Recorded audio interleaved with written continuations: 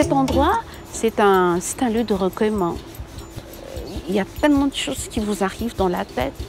Et quoique l'île, elle est belle, c'est une beauté vraiment qui renferme une triste histoire qu'il faut réveiller. Alors c'est à vous de réveiller l'histoire. Tout commence par un livre lu dans le CDI d'un lycée. Pour nous, il s'agit d'une bande dessinée, Les Oubliés de Tromelin de Sylvain Savoyat. On y apprend l'étonnante aventure de naufragés sur l'île de Tromelin au XVIIIe siècle. L'histoire est prenante et nous interpelle. Nous sommes 3 élèves du lycée Jean Aglo, dans la ville du Port, à l'île de la Réunion, et il nous semble que cette histoire d'esclaves oubliés nous dit quelque chose à travers les siècles, quelque chose de notre histoire rayonnaise et quelque chose d'universel aussi. Et Tromelin ? Tromelin est une minuscule île déserte à 300 km de la Réunion. Nous décidons d'en savoir plus, de faire une enquête sur l'histoire de cette île, de faire un portrait de cette île.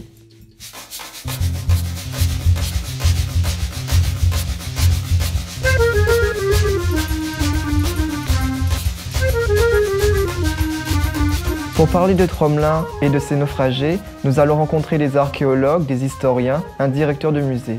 Ils vont nous raconter cette étonnante histoire vieille de plus de 2 siècles. Cette histoire commence avec un navire de la Compagnie des Indes qui s'appelle l'Utile, qui est une flûte de commerce, qui est envoyée de Bayonne pour rejoindre l'île de France.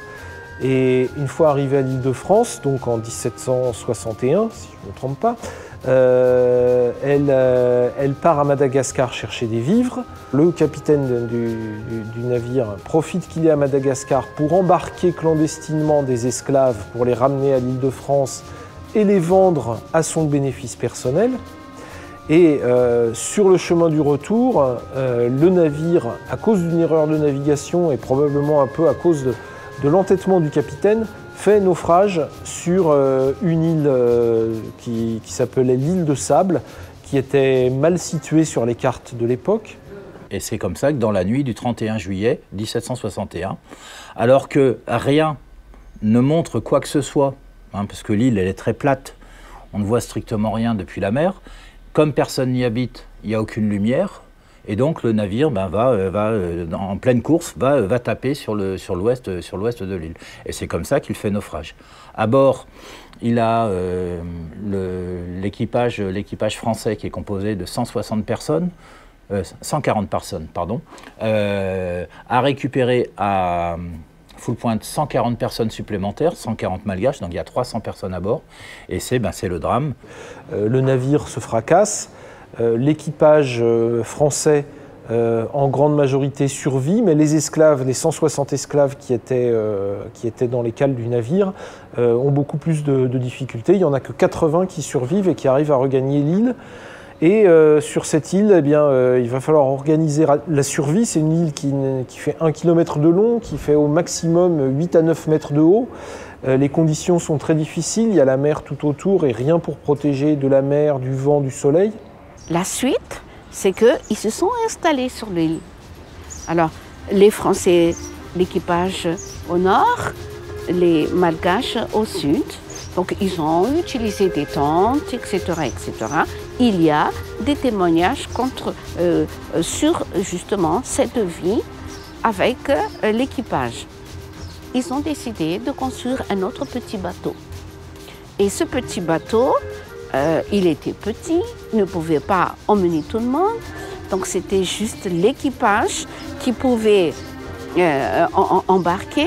Donc ils sont partis, l'équipage, et ils ont dit aux Malgaches, on reviendra vous chercher. Et là en fait, les secours ne viendront pas et pendant 15 ans, les esclaves vont devoir rester sur cette île inhospitalière, attendre éventuellement un secours, mais surtout trouver les moyens de survivre. Mais la BD de Savoyat, qui nous a ouvert à Tromelin, ne raconte pas que le naufrage de l'Utile, puisque l'auteur a participé aux fouilles sur l'île avec des archéologues qui ont tâché, 256 ans après, de reconstituer la vie quotidienne des esclaves. La question, comment Et la problématique en archéologie, comment ils ont survécu, hein? Comment ils se sont organisés, tout en sachant qu'il y avait eu des survivants. Donc c'est ça l'intérêt de l'archéologie, répondre à des problématiques et comprendre comment dans un milieu hostile, une île quasiment déserte, on peut vivre pendant 15 ans. Et est-ce que vous pouvez raconter l'historique des fouilles durant les expéditions à Tromelin? Alors, concernant les fouilles, nous, le projet sur lequel on travaille, ça a démarré en 2002. C'est un météorologue qui s'appelle Joël Mouret, qui envoie une sorte de bouteille à la mer à Max Guéroux. Max est un ancien officier de marine à la retraite qui fait de l'archéologie sous-marine depuis 40 ans maintenant. D'un autre côté, Max est quelqu'un qui travaille avec l'UNESCO et avec notamment le programme de recherche sur la route de l'esclave, et se retrouve à ce moment-là à monter un projet, voilà, sur une recherche d'une épave de négrier dans l'océan Indien. De fil en aiguille, j'ai réussi à avoir les coordonnées de Max.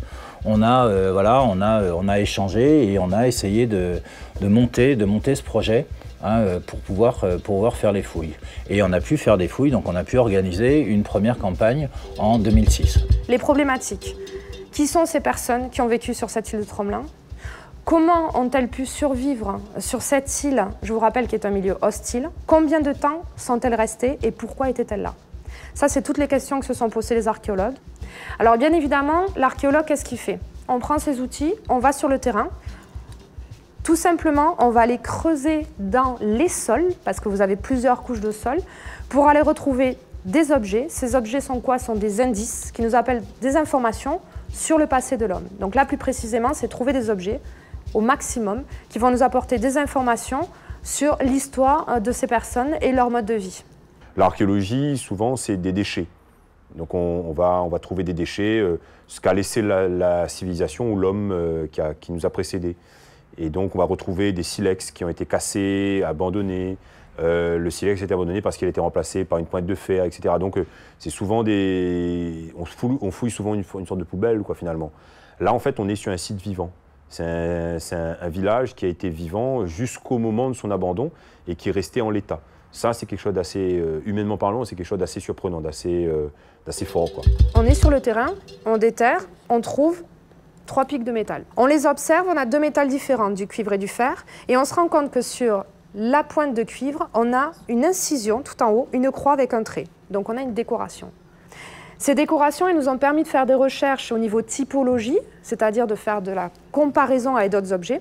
Et grâce à un ethnologue qui avait fait des comparaisons sur les objets communs du Haut-Plateau à Madagascar, on s'est rendu compte que c'était un type de démêloir à cheveux, donc on a su que c'était sa fonctionnalité, qui était produit dans le Haut-Plateau. C'était ça le rôle de l'archéologie.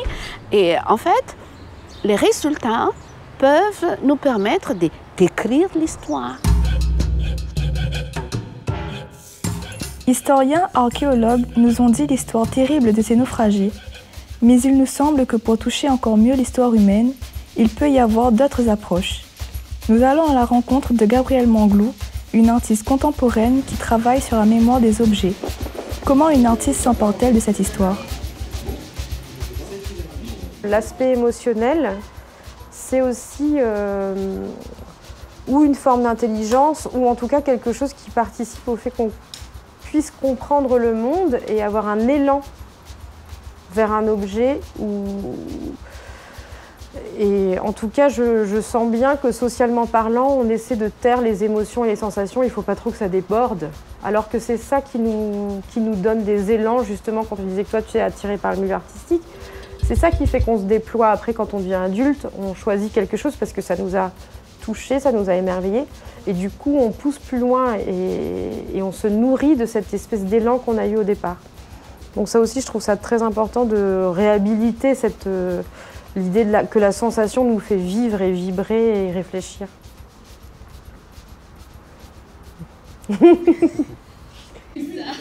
Ce que nous dit Gabriel nous semble important. Derrière l'histoire avec un grand H, il y a un récit sensible, c'est celui qui nous intéresse aussi. Et nous voulons savoir pourquoi une histoire si ancienne continue de nous toucher. Alexandrine Racinet, une romancière, répond à nos questions. Qu'est-ce qui vous a le plus touché dans l'histoire de Tromelin, des esclaves Ce qui m'a le plus touché, c'est le courage. L'obstination des esclaves à tenir debout, à se relever, à vivre au jour le jour, à vivre malgré tout. À dire vrai, ils n'étaient plus esclaves. À partir du moment où ils sont abandonnés sur l'île de Sable, où ils sont livrés à eux-mêmes et où ils vont vivre dans cet espace clos pendant 15 ans, ils ne sont plus esclaves, mais ils sont prisonniers en revanche de cet espace. Et ils se réinventent tous les jours avec courage, avec dignité. Les objets qu'on a trouvés sur place en témoignent. Ils témoignent de leur ingéniosité, ils témoignent de leur obstination. Et c'est ça qui m'a vraiment le plus touchée dans l'histoire.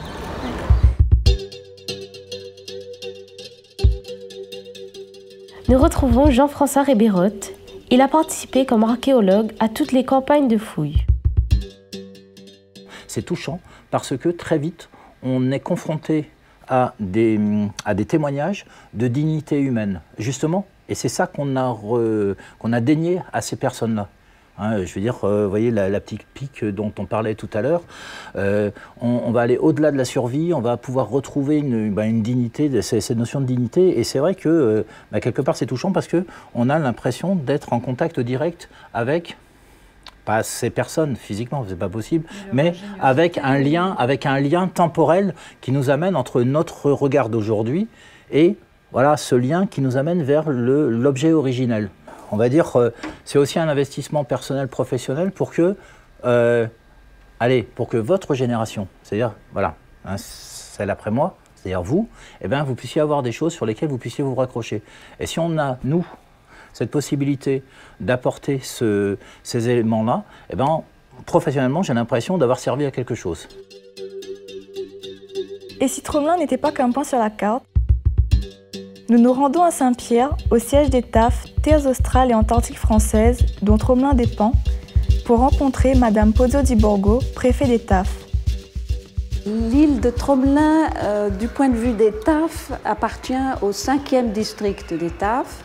Et c'est une île qui a une histoire très particulière, puisque c'est là qu'ont été abandonnés pendant 15 ans des esclaves malgaches. Et si elle s'appelle aujourd'hui l'île de Tromelin, c'est parce que les esclaves ont été libérés au bout de 15 ans par le chevalier de Tromelin, qui a donc donné son nom à l'île. Et l'extraordinaire arrive. Madame le préfet nous offre une occasion unique, aller nous-mêmes sur l'île en compagnie de Gabriel Manglou, pour voir et pour filmer. Je suis sûre que vous saurez prendre la mesure de cette chance que vous avez et que vous saurez transmettre à tous ceux qui n'ont pas cette possibilité tout ce que vous aurez pu découvrir. Là, je vais me retrouver avec une manière de voir les choses complètement différente. Il va y avoir l'île et puis il va y avoir l'horizon derrière, il va y avoir ce vide autour qui va être sans doute impressionnant et puis de réaliser la petitesse de l'île aussi.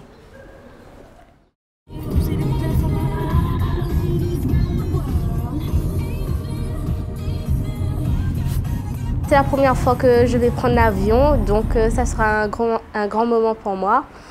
Et tout d'abord, j'appréhende ce voyage parce que l'île de Tromelin, son histoire est en quelque sorte reliée à l'île de la Réunion. Du part parce qu'on a des ancêtres esclaves aussi, et car c'est une histoire assez touchante pour moi. On avait commencé à travailler sur Tromelin un peu l'année dernière, et le fait de concrétiser un petit peu ce projet, c'est touchant par rapport... on a appris des choses sur la vie des esclaves et tout sur cette île, et le fait d'aller sur cette île, ça peut... ça nous touche encore plus en fait, parce que c'est un grand projet qu'on n'imaginait pas faire cette année. Voir l'étendue de terre plate et en même temps repenser à cette histoire-là, ressentir le vent, entendre le bruit des vagues qui s'abattent sur les côtes, tous ces éléments-là, et en même temps fermer les yeux pour vraiment apprécier. C'est comme si ça serait un moment de connexion où on serait vraiment connecté à l'histoire. Loïc, suivre le saxo.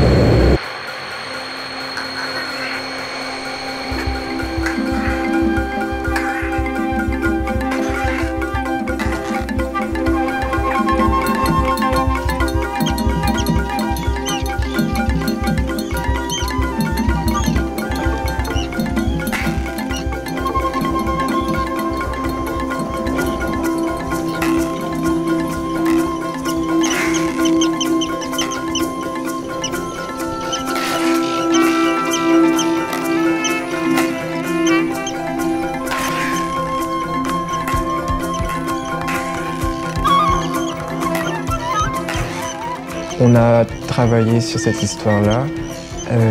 On a rencontré plusieurs personnalités, des archéologues, des romanciers, des historiens et des artistes qui s'étaient intéressés à cette histoire-là. Et là, partir à Tromelin, c'était comme presque revivre l'événement historique. C'était une expérience unique et incroyable.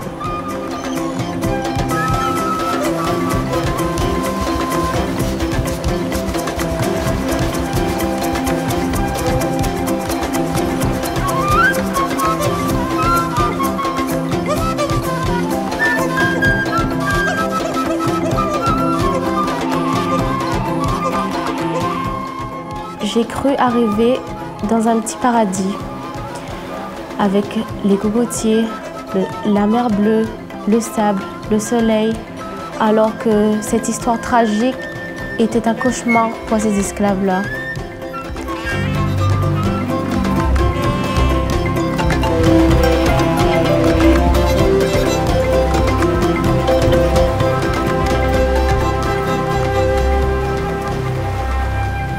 On a découvert une petite île et elle était belle et en même temps effrayante. Quand on y était, il y avait de la pluie, du beau temps et aussi beaucoup de vent. J'ai eu l'impression de revivre ce que ces naufragés ont vécu pendant ces années où ils sont restés sur l'île.